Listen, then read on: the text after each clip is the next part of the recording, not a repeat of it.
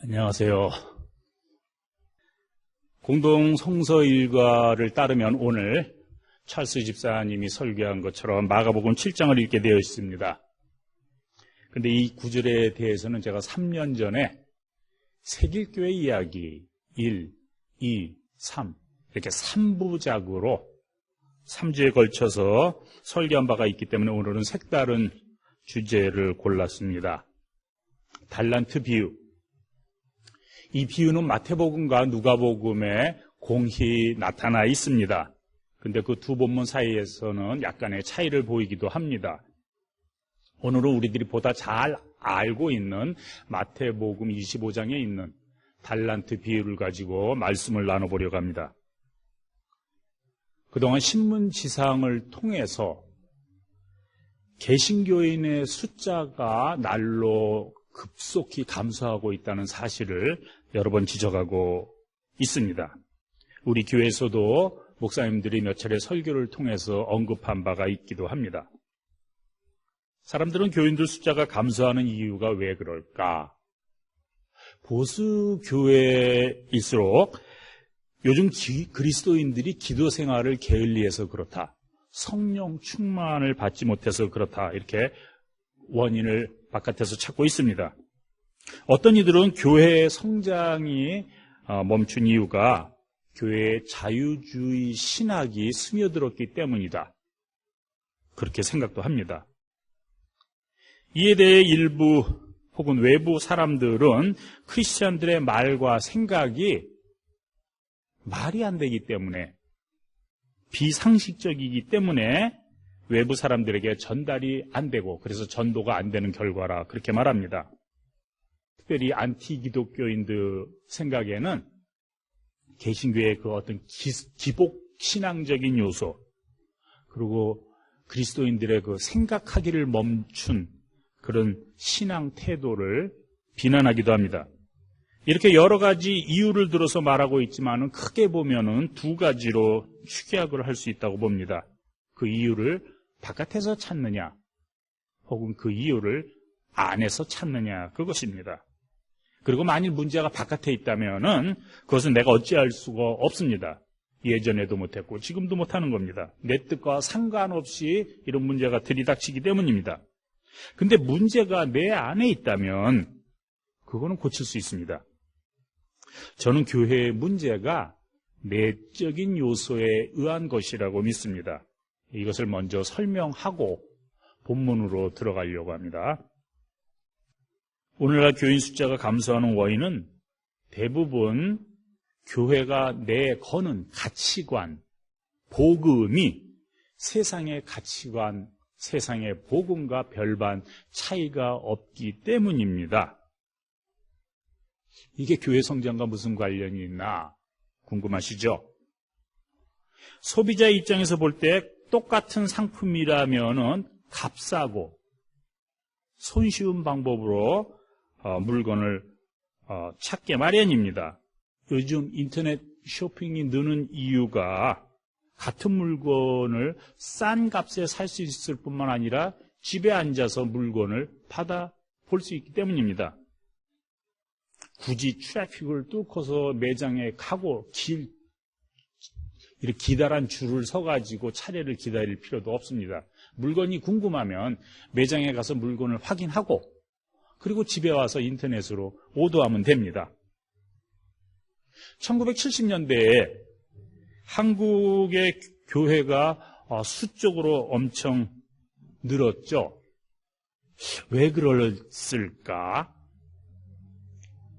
그때는 교회의 신학이 부재한 그런 상태입니다. 교회 신학이 없는 상태, 그 공간을 기복신앙이 비집고 들어가 자리합니다. 그리고 교회는 부흥운동을 통해서 숫자를 늘려갔습니다. 간증을 통한 성공신화, 이것이 부흥의 핫 아이템으로 떠올랐습니다.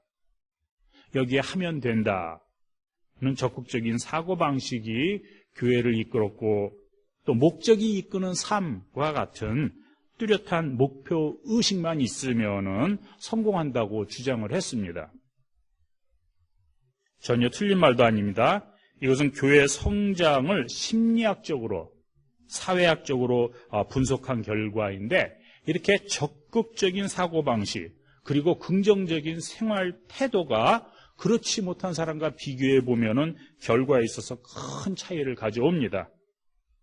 뜻이 있는 곳에 길이 있다는 말도 있지 않습니까?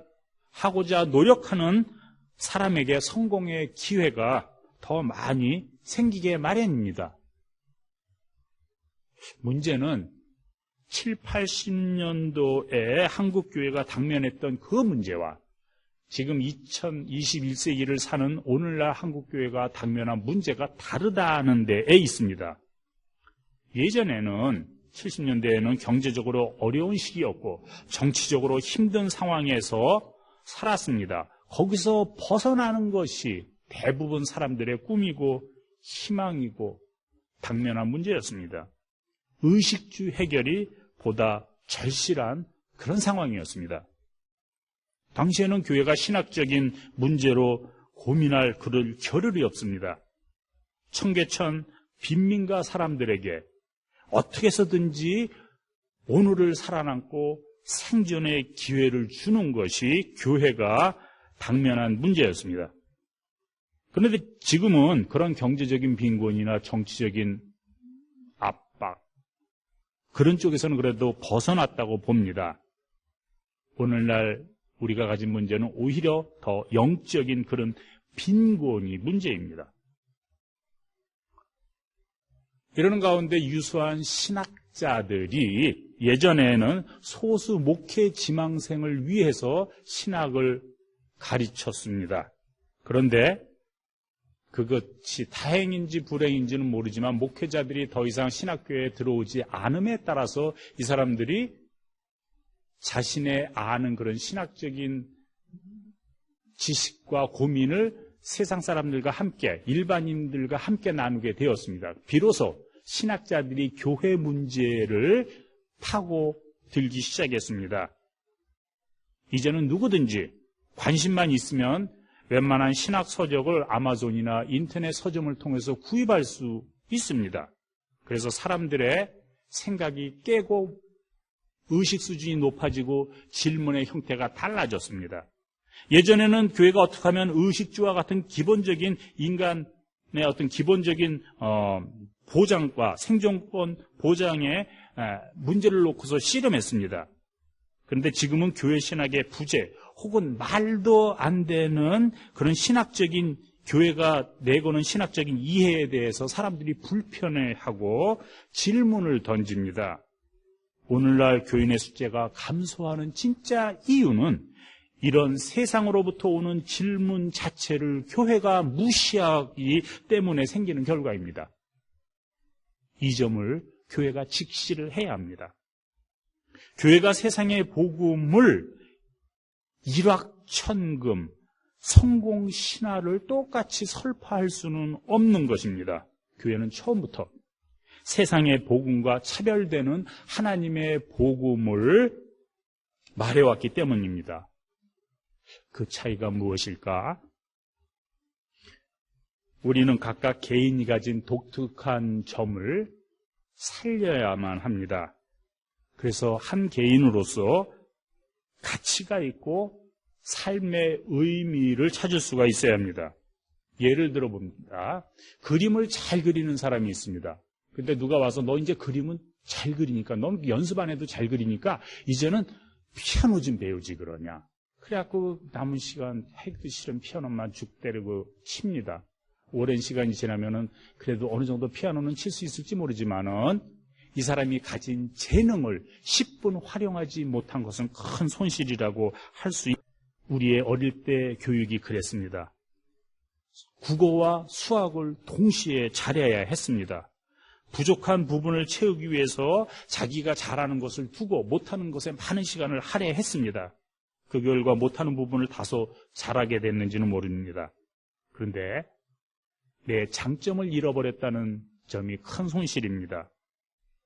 그래가지고 학생들이 교육을 받고는 그저 그렇고 그런 사람이 되고 마치 공장에서 획일적으로 생산되는 소모품처럼 전락이 되고 맙니다. 그 결과 대기업 취업에 적당한 스펙으로 만들어지고 그런 사람으로 재생산됩니다. 대학에 들어가기 위해서 그리고 정형화된 인간을 생산하기 위해 똑같은 과목을 수강해야 합니다. 그리고 규격화된 단답형 형식의 문제에 대한 답을 쓰고 그 한두 개의 차이 때문에 어떤 인생은 성공으로 어떤 인생은 실패로 이어집니다. 이런 교육 방식이, 이런 신앙의 태도는 나 자신을 불행하게 할 뿐만 아니라 그가 속한 공동체에도 전혀 기여를 하지 못합니다. 이제 지금까지 서론이고 오늘 본론으로 들어갑니다. 달란트 비유는 마태복음 25장에 나오는 이야기입니다.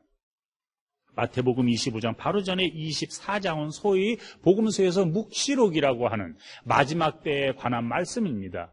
그 마지막 때에 관한 말씀에서 깨달음이란 마지막 때가 언제 올지 모르니까 깨어 기도하라, 깨어 있으라 그 얘기를 하고 25장에는 그것을 비유로 설명합니다. 열처녀 비유, 깨어 있으라. 열처녀 비유 알죠? 5처녀는 어떻고 5처녀는 기름을 못 가지고 있거든.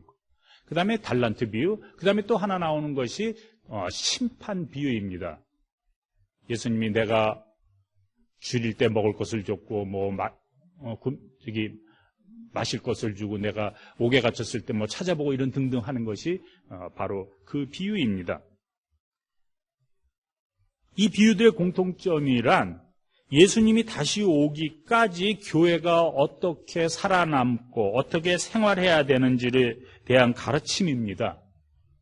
처음에는 예수님이 곧 오실 줄 알았어요. 예수님의 재림이 곧 이루어질 줄 알았는데 그것이 점점 늦어지자 사람들이 이제 심각하게 생각하기 시작합니다. 이거 이제 어떻게 살아야 되나 그럼?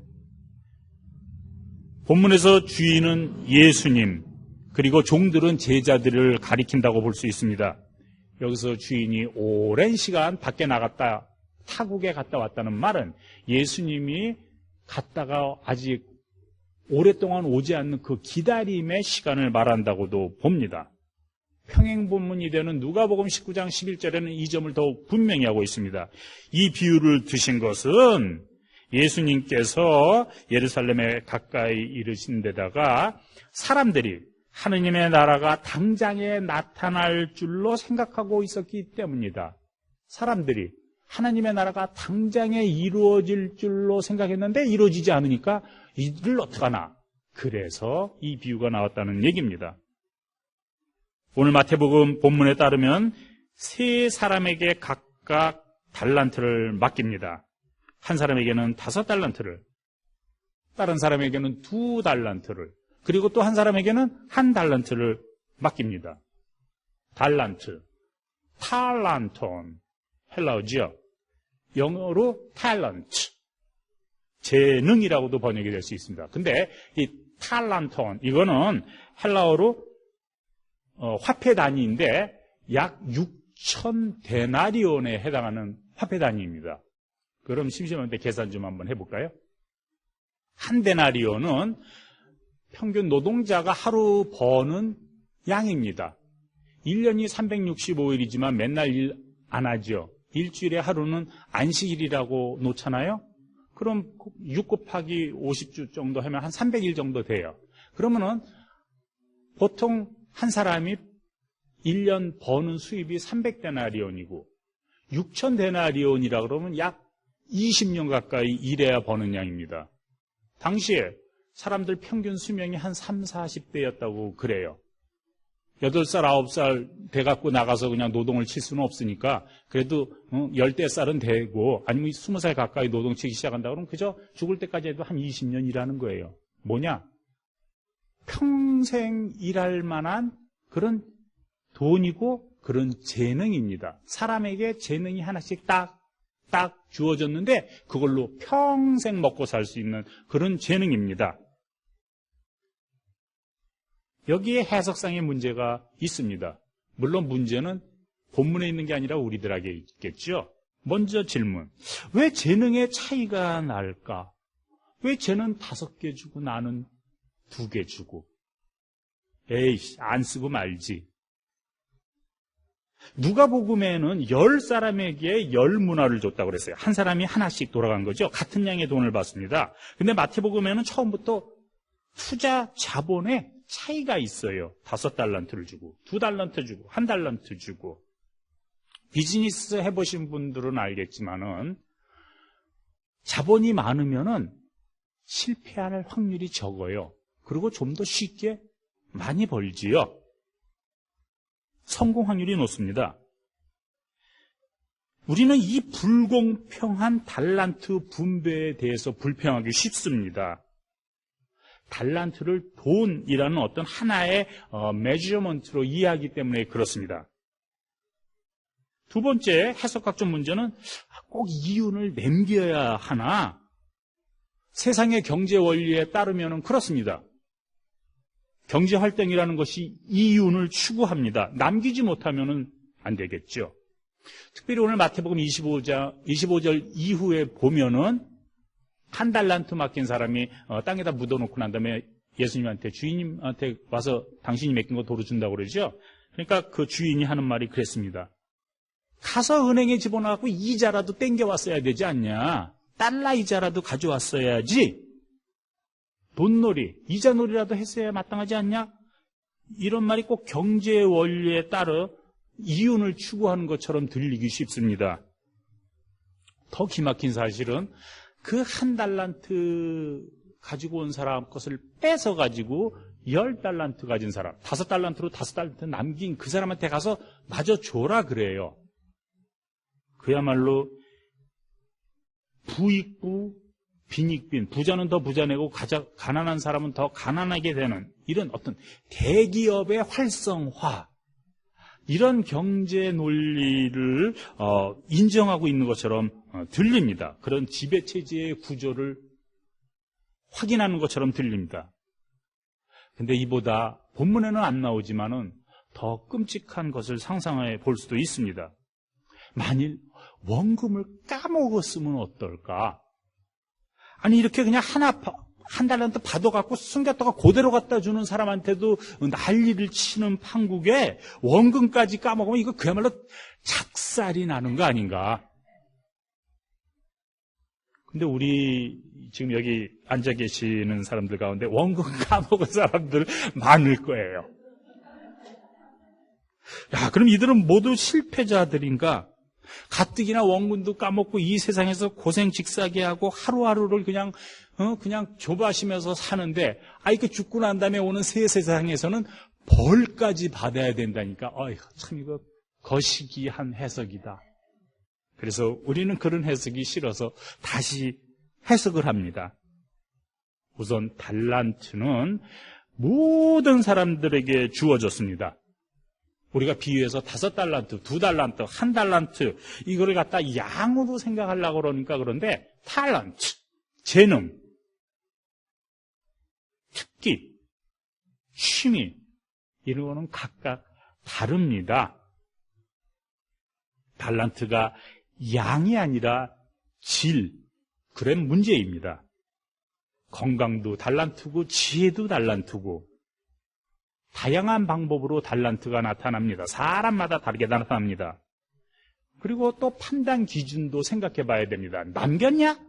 못 남겼냐? 이걸 어떻게 생각할까? 이것을 이윤으로 보기가 쉬운데 사실 1달란트를 땅에 묻은 사람이 이윤을 남기지 못해서도 혹은 그 원금을 까먹어서도 아닙니다. 쓰지 않았기 때문에 욕을 먹은 겁니다. 재능을 줬는데 그 재능을 안 쓰고 땅에 묻어놨기 때문에 욕을 먹은 겁니다. 책망을 들었습니다. 이와 관련해서 마태복음에 쓰는 표현에 우리가 주의를 기울일 것이 있습니다. 거기 보면 악하고 게으른 종아, 악하고 게으른 종아, 이게 맞는 표현일까? 사실 악하고 게으른 종은 사회에 별반 해악을 끼치지 않습니다. 그 악한 일을 하기에 게으르지 않아. 부지런하고 게으른, 선하고 게으른 종아. 선하면 뭐해? 게으르니까 선한 일을 안 하는데. 그러니까 악하고 게으른 종이나 선하고 게으른 종이나 별반 차이가 없어요. 진짜 무서운 사람은 악하고 부지런한 종이지요. 근데 오늘 본문에서는 그런 거에 관심이 있는 것이 아닙니다. 오늘 본문의 달란트 비유는 악하냐 선하냐의 차이를 두는 것이 아니라 충성된 자와 게으른 자를 말합니다. 착하고 충성된 종아. 착하고 부지런한 종이 아닙니다. 착하고 충성된 종아, 악하고 게으른 종아. 그러니까 충성된 사람이 선하고 게으른 사람이 악하다, 그렇게 바꿔 말할 수가 있습니다. 선악은 판단의 문제일 뿐 비유의 핵심이 아닙니다. 오늘 비유의 핵심은 충성되냐, 충성되다, 피스토스, faithful, 신앙심이 깊은 그런 의미입니다. 악하고 게으른 종이 누구일까? 한마디로 자신의 재능을 쓰지 않는 사람입니다. 썩히는 사람입니다. 쓰지 않고 땅에 묻어두는 사람입니다. 이 재능을 돈처럼 양으로 보았을 때는 모두 까먹고 잃어버리는 것보다는 차라리 원금이라도 지키는 것이 나아 보이는데, 그거는 재능을 획일적인 상품으로 봤기 때문에 그렇습니다. 재능이란 것은 비교 대상이 아닙니다. 5달란트, 2달란트 똑같은 돈을 여긴 더 많이 갖고 여긴 조금 덜 가졌다는 말이 아닙니다. 재능의 종류가 다른 것입니다. 재능은 비교의 대상이 아닙니다. 절대 가치입니다. 그 개인에게 있어서, 재능을 받은 그 사람에게 있어서 이것은 절대적인 가치이기 때문에 쓰냐 안 쓰냐 두 가지밖에 없습니다. 하나님의 나라에 꼭 필요한 사람은 누굴까? 재능을 쓸 뿐만 아니라 남기는 사람입니다. 여기 남긴다는 말이 재미있습니다. 이것도 역시 능력이 다른 사람보다 많아서 2배로 벌어들였다 이렇게 생각할 것이 아닙니다. 누구나 2배를 남깁니다. 5달란트 받은 사람은 5달란트를 남겨요. 2달란트 받은 사람 2달란트 남겼습니다. 1달란트 받은 사람은 1달란트를 더 남겼어야 되는데 안 남겼잖아요. 5달란트가 4달란트가 아닌 5달란트를 남겼다는 건 자기가 받은 달란트만큼 또 하나의 달란트를 창출했다는 말입니다. 내가 쓸 뿐만 아니라 다른 사람을 위해서 그만큼을 또 남겼다는 말입니다. 이렇게 해야지 세상이 좋아지지요. 공동체, 하나님 나라의 이익을 가져옵니다. 이것이 창조적인 신학입니다. 이것을 확대 해석하면은 가지지 못한 자를 위해서 가진 자가 노력을 배가해야 한다는 그런 말도 되겠습니다. 4배만 충족시키면은 그 1달란트를 쓰고 말면 됩니다. 근데 1달란트는 4배만 채울 뿐만 아니라 그만한 양을 또 내놔야 하는데, 왜냐하면 이 세상에는 불행한 사람도 있기 때문입니다. 달란트 까먹은 사람도 있을 테고, 그 사람들에게도 새로운 삶의 여건을 마련해 주라는 그런 얘기입니다. 내 건데 내 맘대로 쓰는데 누가 뭐래냐? 그런 사람들에게 울리는 메시지입니다. 내 돈이 아닙니다. 내 재능이 아닙니다. 막 써도 되는 혹은 안 써도 되는 그런 선택의 그런 것이 아닙니다. 내게 준 소명과 재능만큼 남겨서 그렇지 못한 사람들과 운명을 함께 하라는 하늘의 부르심입니다. 끝으로 자신의 달란트를 올바로 쓰는 길은 다른 사람의 것을 모방하는 것이 아닙니다. 달란트가 달라요. 자신의 재능을, 자신의 달란트를, 자신의 소명을 찾는 일에서 달란트 쓰는 것이 시작이 됩니다. 획일화된 세상에서, 그런 세상의 가치관과 복음으로부터 벗어나야지 자신의 재능을 키울 수 있습니다. 각각에게 주어진 재능과 달란트를, 능력을 살아내면 되는 것입니다. 획일화된 교육은 오히려 이런 자신의 달란트를 개발하고 쓰는 것에 방해가 되고 그렇습니다. 우리가 처음 말씀을 나누면서 개신교인의 숫자가 감소하는 것에 대해서 말했는데 교회도 마찬가지입니다. 교회의 수적인 성장을 위해서 대형교회에서 하는 프로그램을 도입해야 하는 거 아닌가? 이렇게 고민할 것이 아닙니다.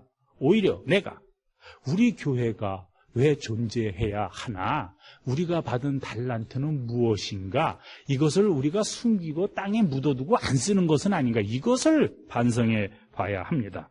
그것을 고민해 봐야 합니다. 소비자 입장에서 똑같은 상품을 판다면, 똑같은 달란트를 가지고 있다면 왜 조그만 교회까지 애써서 올바인에서부터 기쓰고 와야 하나? 물어봐야 합니다.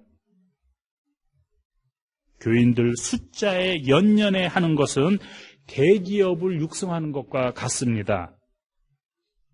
그것은 세상의 복음입니다. 오늘 성서는 숫자가 아니라 자신의 소명에 충실한지 그것을 묻고 있습니다. 자신이 받은 재능을 다 쓰고 있는지, 최선을 다하는가를 묻습니다. 우리는 지금 우리에게 주어진 소명과 재능을 땅에 묻어두고 있는 것은 아닌가? 아니, 후세를 위해서 2배의 노력을 기울이고 있는가? 그것을 묻습니다. 한 주간 열심히 사실 수 있기를 바랍니다.